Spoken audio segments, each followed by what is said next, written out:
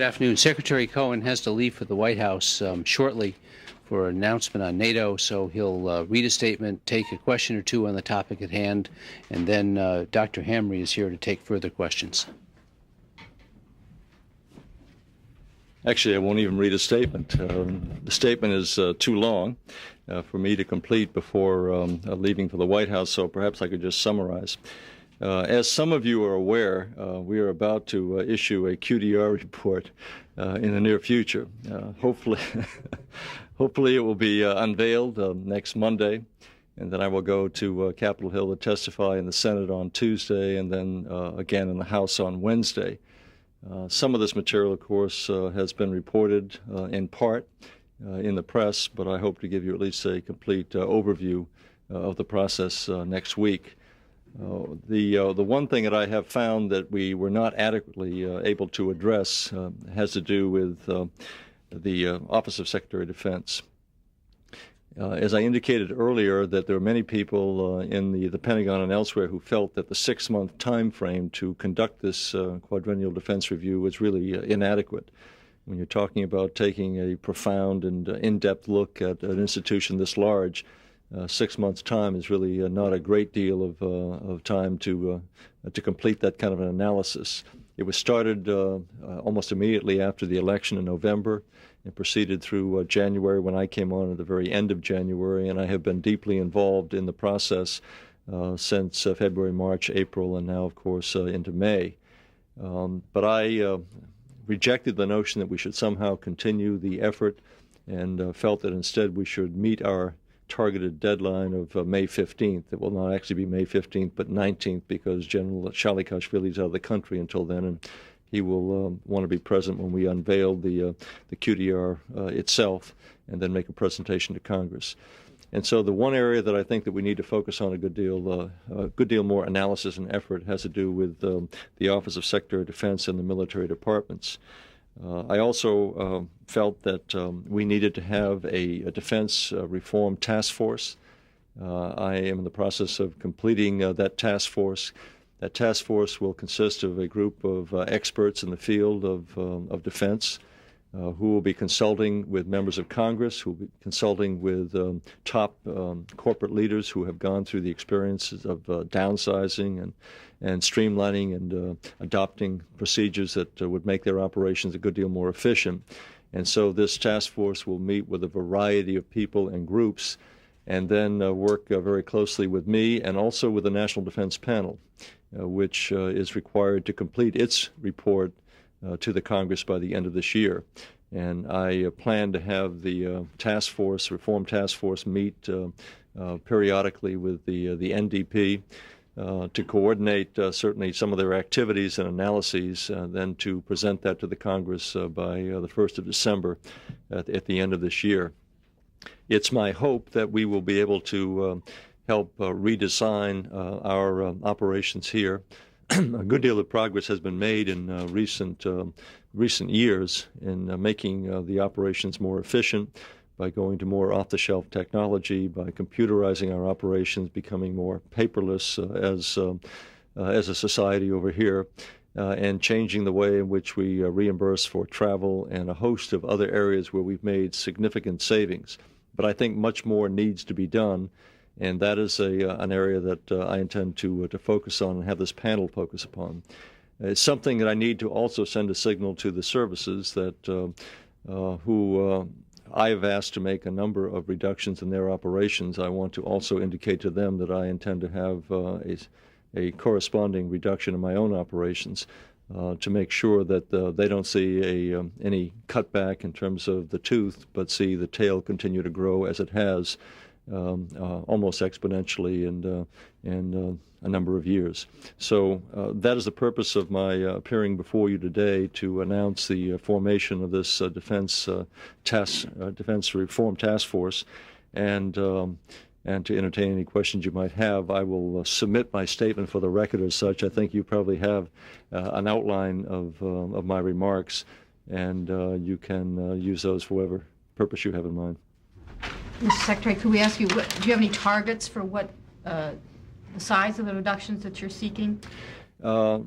Not specifically at this point. I am going to ask Dr. Hamre to oversee the entire project to make sure that we do, in fact, have some financial analysis that is involved.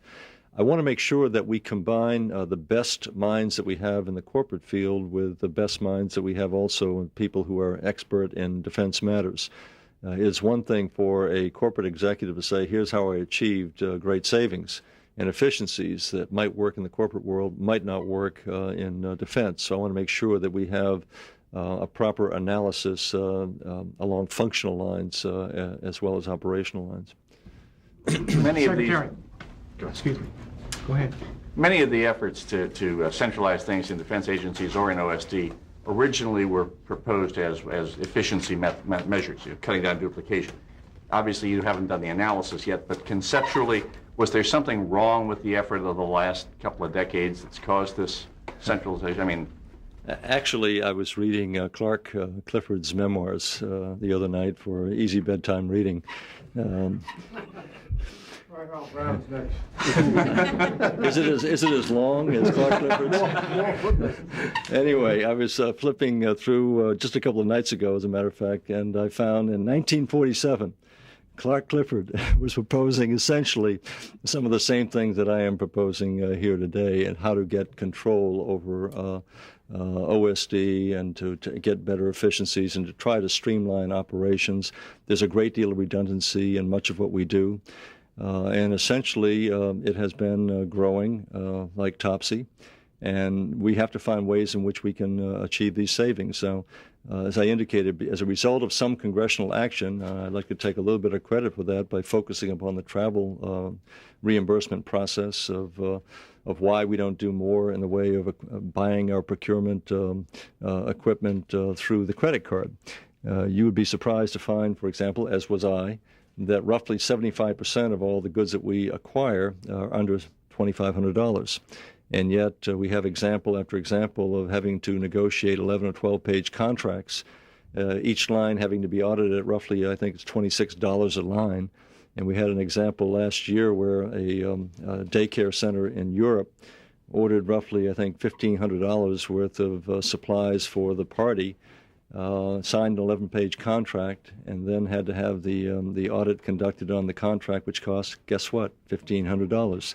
So we spent as much auditing it as we did buying it, whereas we could have used the credit card and had a very small overhead. So we're going to do a number of, we have to have a revolution in our business practices, and we will do that. This task force will help me to analyze it, make recommendations. I also wanted to work fairly closely with members of Congress, because some of this may involve legislative changes, and I want the members of Congress to be a part of this analysis so that when I finally file the report next December, I can say this is what needs to be done. Much as I will be asking for legislative changes in the QDR, I will need to have members of Congress become a part of it, because, and I will mention this on Monday when I meet with you again, that I can present this document to the Hill, and will, and they will say thank you very much.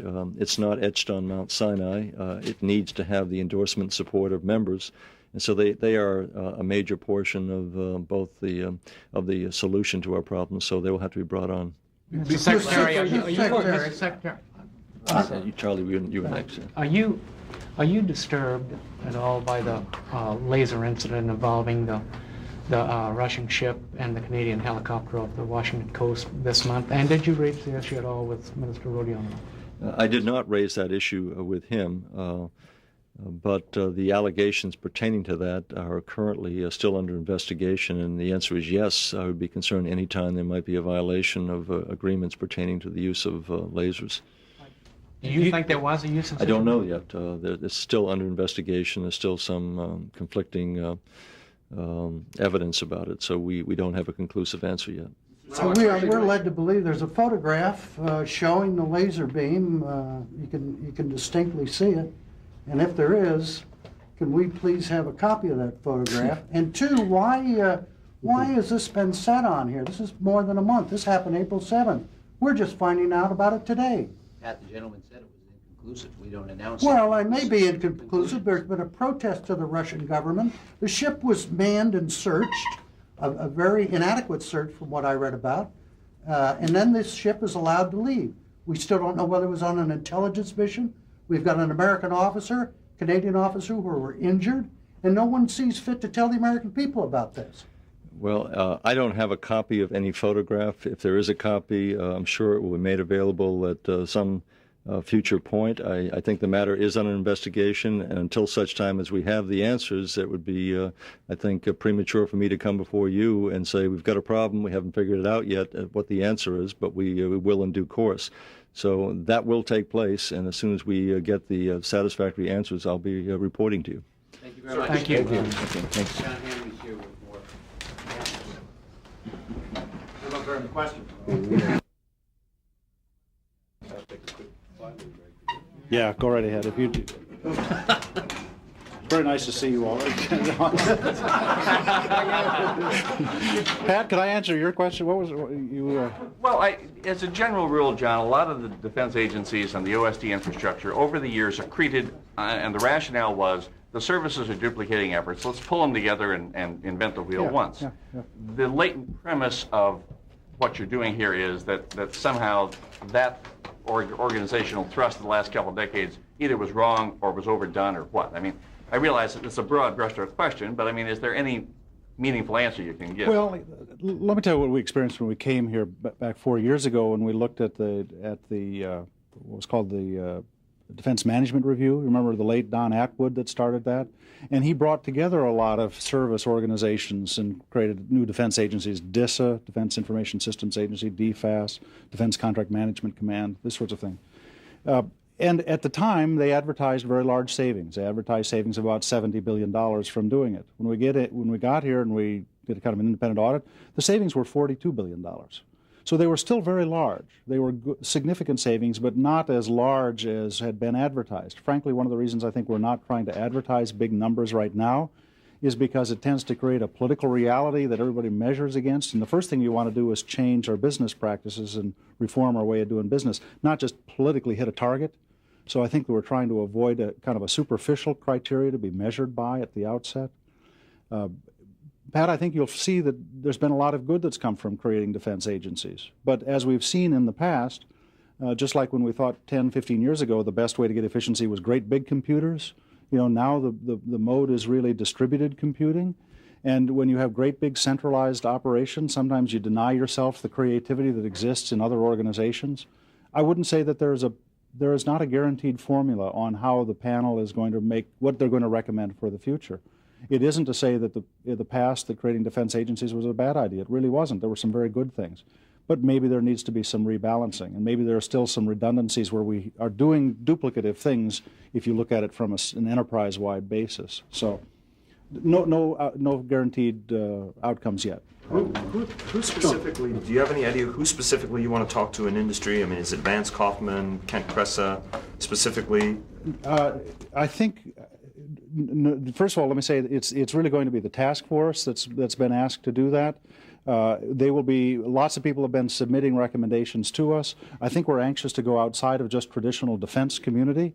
I think we need to go out, because if you were just to talk to us defense types, I mean, we would understand each other, but we wouldn't necessarily always get the freshest ideas.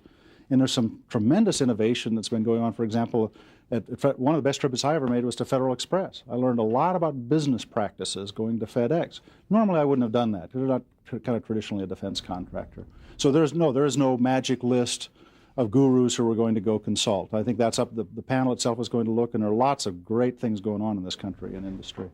John? Isn't a great chunk of this, with respect, paralysis by analysis? I mean, I can't think of the size of the forest that's been felled for reports on how we can identify reforms in the areas of acquisition, logistics, installation, operations, and property management. And I think yes. there's just been, was it Pete Marwick have just done a study of OSD and service management. John White said it. Yes, there is, and that's going to be kind of the starting point for kind of the final recommendations. I think that'll be brought forward to the Secretary. John, one difference. The reason, I mean, why would they trust this to a comptroller geek? Huh? Why would they ask me to do it? And I think the reason is the Secretary wants it put into the program and budget review this summer. I mean, this is going to be real. We're going to be moving on it this summer and this fall. That doesn't mean everything, of course, because we're going to be learning a lot in the fall later on that has to be vetted. But this is not just going to be a make-work exercise so that you can hang it up and use it as talking points when you go up and meet with members of Congress. But just picking up on that, though, I mean, a lot of the ideas have already been put out there. There's, like you said, Right. there's reams of paper of ideas. And it isn't just a question of adding to these ideas or figuring out which are good or bad. Isn't it also creating, say, the political preconditions and lobbying the Hill? Is that also what this reform group is going to do? We don't lobby the Hill. But it does mean that you have to, a lot of this does require legislative changes. Not a lot of it, but some of it does. And you have to create that consensus, working with people on the Hill to say, we really do have to make a change here. Will you be our partners in making that change? That's part of what this panel is going to do. That's part of the reason that you see a lot of representation on the panel from people on the Hill. Right. John, Congress ordered the Secretary to review how he come up and report to them. I think it was February 1 was the due date.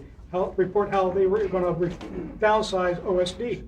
That report has never been made. Congress is still waiting to hear it. So now you're starting, instead of reporting to Congress, you're starting the whole process all over again.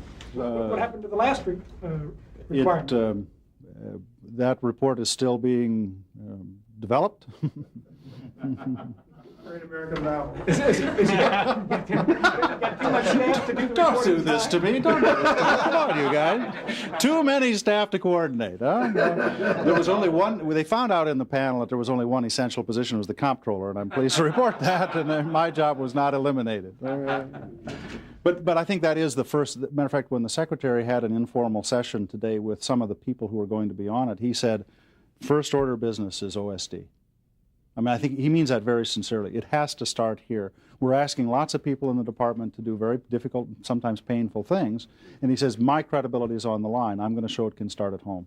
Didn't you like the results of the study? That's, you know, I mean, you didn't like the number of, that it said to cut, or? No, I think that, in all honesty, I think that the question that was asked that framed the start of that study is different than the question the Secretary is asking. I think that was, if you were to look at all of the various actors and jobs and tasks that OSD is doing, are they properly aligned today? It was not asking, do we have to do all those things in OSD? You know, do we have to have the same structure today? We've built up lots of things over the last several years. We've brought lots of things like operational activity into OSD. Does that need to be in OSD? I think the Secretary is asking a very different question than that study, which is why I think it's a good starting point. But we're going to have to go beyond it. This study take a look at the suggestions that have been made repeatedly over recent years to abolish the service secretaries. The study that you're referring to does not do that. I know that the Secretary did say that, first of all, there were no boundaries as to what he felt the task force should look at. Of course, the task force itself needs to put some boundaries around it because otherwise it would be too big a job. But specifically that subject came up, and he says, I expect you to give me your thoughts on that.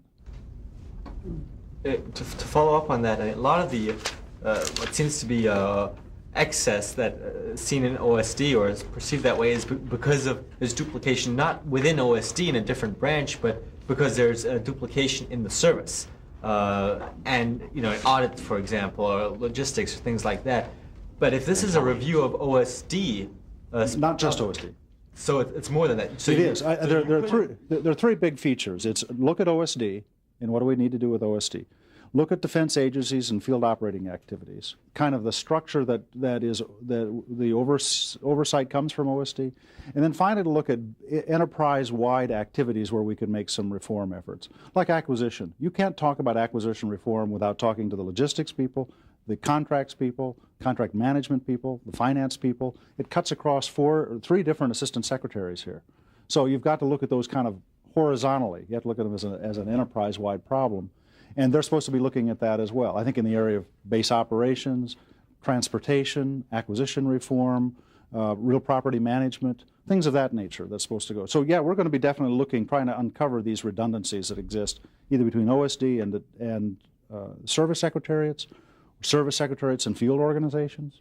I mean, it's a very large charter that the Secretary has given to the panel, and again, finding ways to tackle it in the next couple of weeks is going to be hard. So just to make sure, in theory, I mean, you could come back and say, well, we like having everything centralized in OSD. We want to get rid of the duplication in other places. I mean, this is not necessarily going to lead to a downsizing of OSD. It's theoretically possible, but and I won't speak for the Secretary. He needs to tell you his view of this. But I think it is widely felt that OSD is properly a policy organization and a staff support organization for the Secretary, and that it's migrated or it's accreted new tasks over the years. It's actually running programs out of OSD.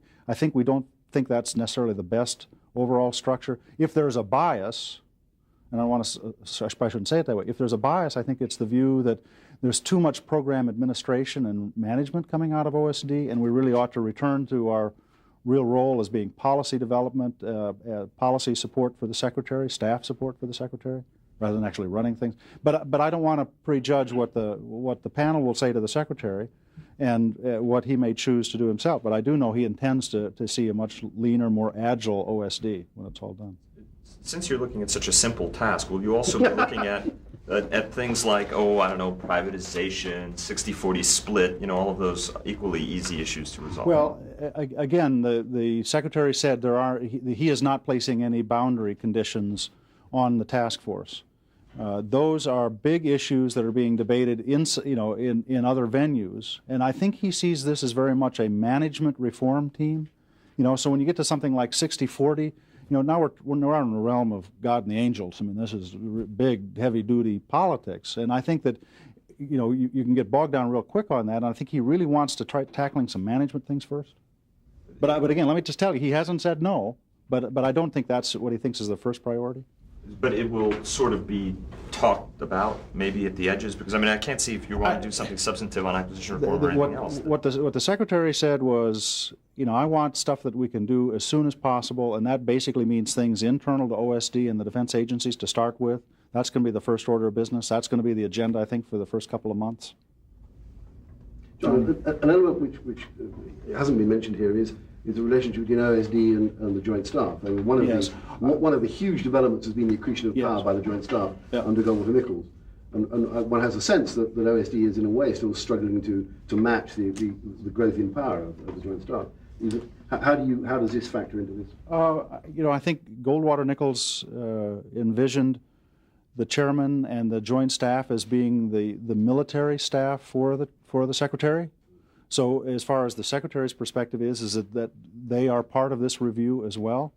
I think there's a great deal more collaboration that exists between OSD and the Joint Staff than people realize. I mean, we work really very closely together. I couldn't develop a position to go up to the Hill on contingency financing, for example, without talking to J8. So there's there really is a lot of collaboration. There are some things we just don't do in OSD. I mean, we don't worry about operations. We don't worry about task orders and things of this nature. And so there's some things that are clearly, Joint Staff alone. But I think he does intend that be reviewed as well. And there probably is going to be streamlining. I'm sure it's going to be in a collaborative process working with the chairman and the vice chairman. David Chu mentioned this morning that one of the things the panel might look at are political mechanisms for allowing some of these changes to go through, I guess, in a essentially nonpartisan or less politicized atmosphere. Do you foresee the need for any kind of a mini BRAC style commission to allow some of these reforms to take place?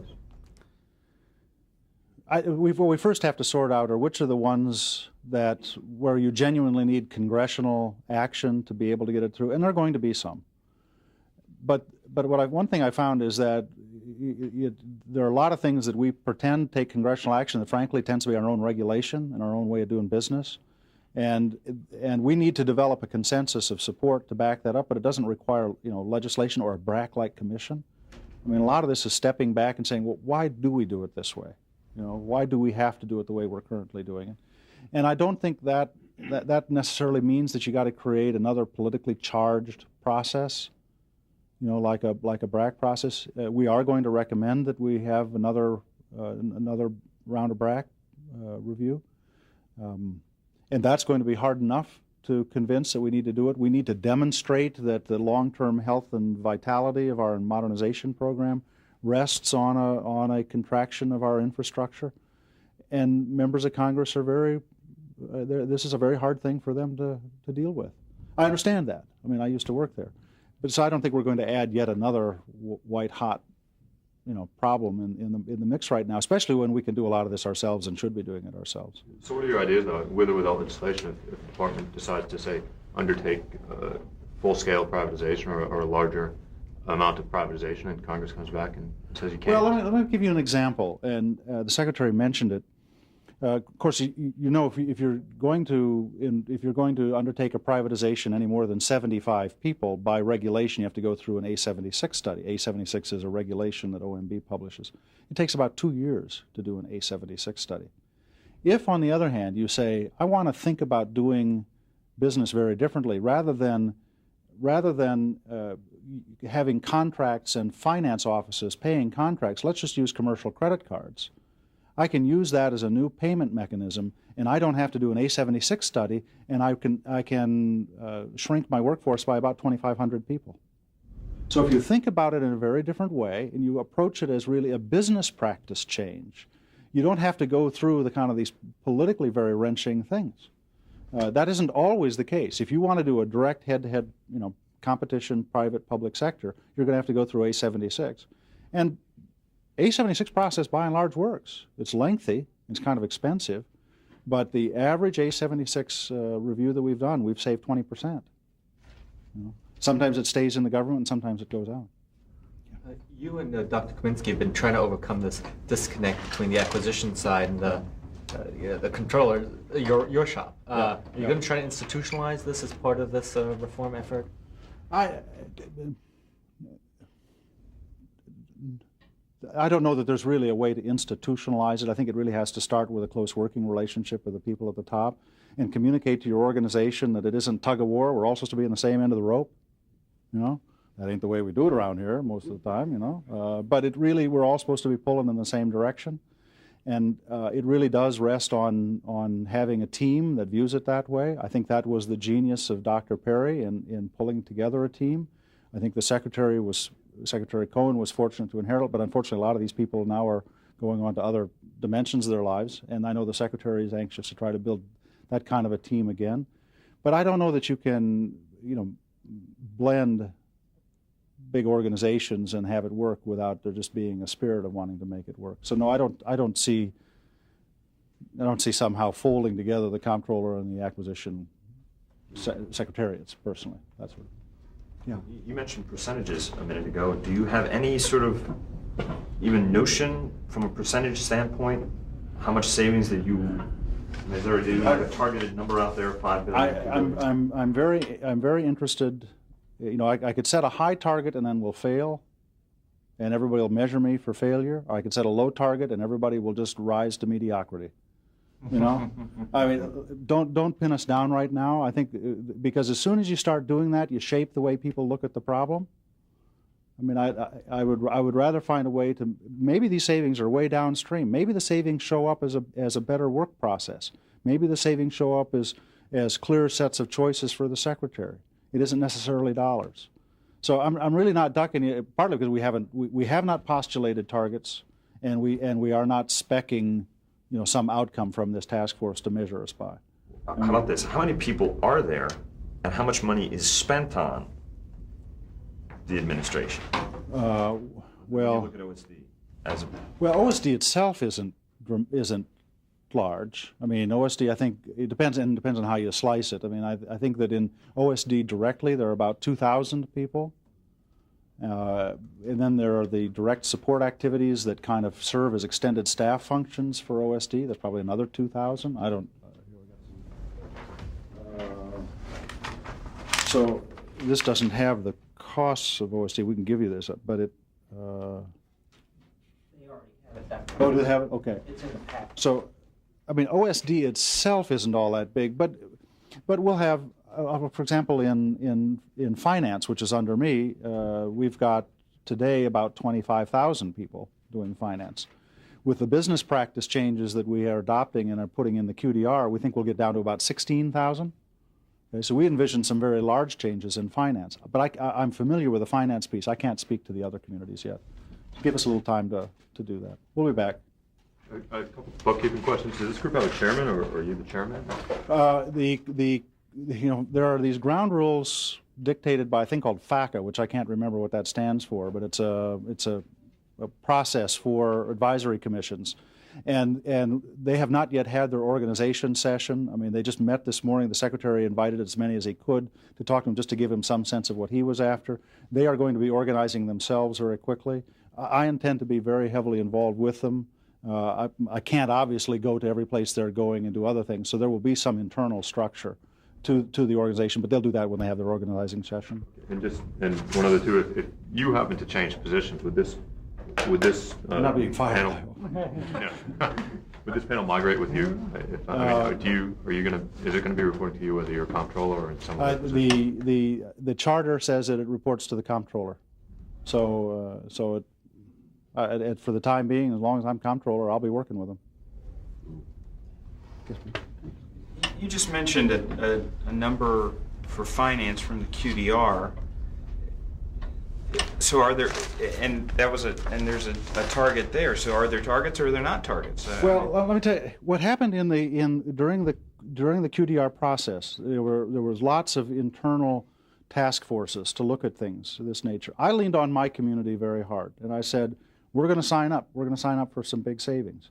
And so you'll see, when the QDR comes out, you're going to see some fairly large cuts in the finance world, and you'll see some fairly large cuts in data processing in DISA. The other communities just were not able to kind of come forward as aggressively, and the Secretary said, I know there's more in this, and we're going to have to tackle it. And so there are some very broad targets, but the real engineering of that is going to take place through this panel and in the program review this summer. So it's going to be a little odd in one sense, but by the time you see it, which is when the budget rolls out, you're going to see detail all over. I mean, right now there's detail in finance and there's detail in data processing. When you say finance, you mean DFAS? DFAS, yes. Yeah.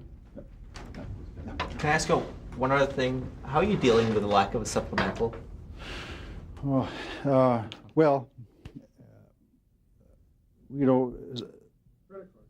credit card. Well, I'm borrowing, I will say that, but it's not credit cards. I'm borrowing from the fourth quarter O&M budget. O&M, when it's appropriated, is fungible in very large categories. Certain bills you're always having to pay, so we're running the daycare centers and things like this. What is available is we can borrow from our training budget in the last quarter of the fiscal year.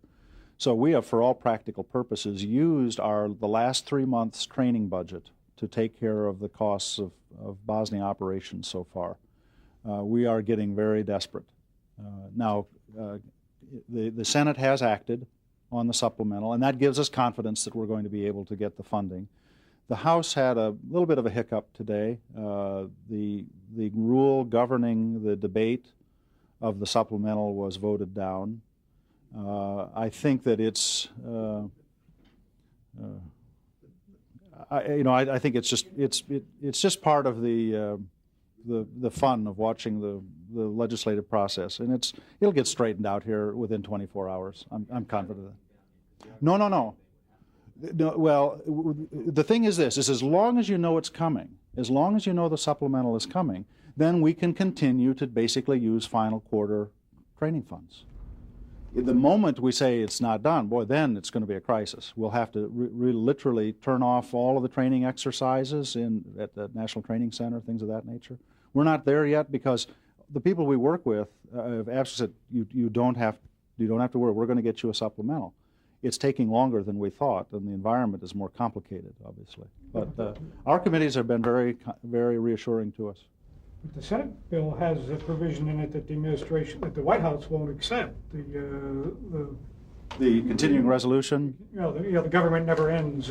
I love that part. I love the government never ends. Yeah, I mean that's an item that they're discussing fairly intensively and at circles much higher than mine. Everything I'm hearing informally, and that means people who are not in the discussions, is that there is going to be some kind of a procedural way to get it out of the way right now, but still come back to it later on so that we can get on with a supplemental. I really honestly don't think they're going to leave for the recess not having acted on the supplemental. Okay, I don't think they'll go back. Yes, sir. You've been very patient. The Secretary spoke of the difficulty in getting the QDR done on time for the mammoth nature of the undertaking. Did the structure you have in place add to the difficulty, and is that part of the reason we're seeing this task force created, that he felt like he needed a structure to help him resolve policy questions? That's a very interesting question. I think the Secretary, early on, when he saw this is a big darn deal. I mean, we had just, lots and lots and lots of people in lots of places doing lots of things. And I think the Secretary really made a correct choice. I mean, ultimately, his oath was to protect and defend the Constitution, and he had to sort out the big things first. What are we doing about overseas presence? What are we doing about the size of our force? What kind of a threat are we going to face? Have we adequately covered the kind of emerging asymmetrical security challenges that we're looking at? Those had to be his first priority. And so it became clear to him, as he had time and energy, he had to make some choices. And the choices revolved around really getting it straight and solid in the area of strategy and force structure, modernization, things of that nature, foreign policy presence, overseas presence, things like that. That had to be his first priority. He made the right choice. What it meant was that there was less time at very senior levels, his time and the others, very senior people, to delve into some of these management things, the infrastructure stuff. And he said, okay, I'm going to have to make some choices, and I will not slow us up. We need to get some clarity on the big picture. So I would, probably 6 weeks ago, I think the Secretary came to say that we're going to have to find another way to tackle this part of the job. And I think that's the right choice. I mean, this piece now will bring into the regular budget building. The services are now going to go off, build their POM, their budget submissions, and their program submissions based on the broad outlines of the strategy, the force structure choices, that sort of thing. We can now tackle these infrastructure things in the summer. But we shouldn't read into this any kind of feeling that, gee, I couldn't do the kind of QDR I really wanted because we had these. I'd be speaking for the Secretary, and you need to ask him that question. I've never heard him say that in private. What I've heard him say is he is satisfied that it brought forward to him the kind of choices on the big issues that he alone could wrestle with when he had to, and these second-order questions. And I don't say second order to minimize their importance, but by definition, you're going to deal with your nuclear policy, your modernization strategy, your security, strategy first. You should, and leave it to us, finance types later on to do our little things. Can you just summarize for us again why this one's going to be different than previous reform efforts, just in a nutshell? Well, because in a nutshell, because I'm running it and I've got my butt on the line. Okay, I mean, the Secretary said, I want something to happen. I want real things to happen. I want to show up on the budget that we submit next January. So what's going to be at least different is I feel like my performance rating's riding on this one. Okay, sorry. Thank you. Thank you.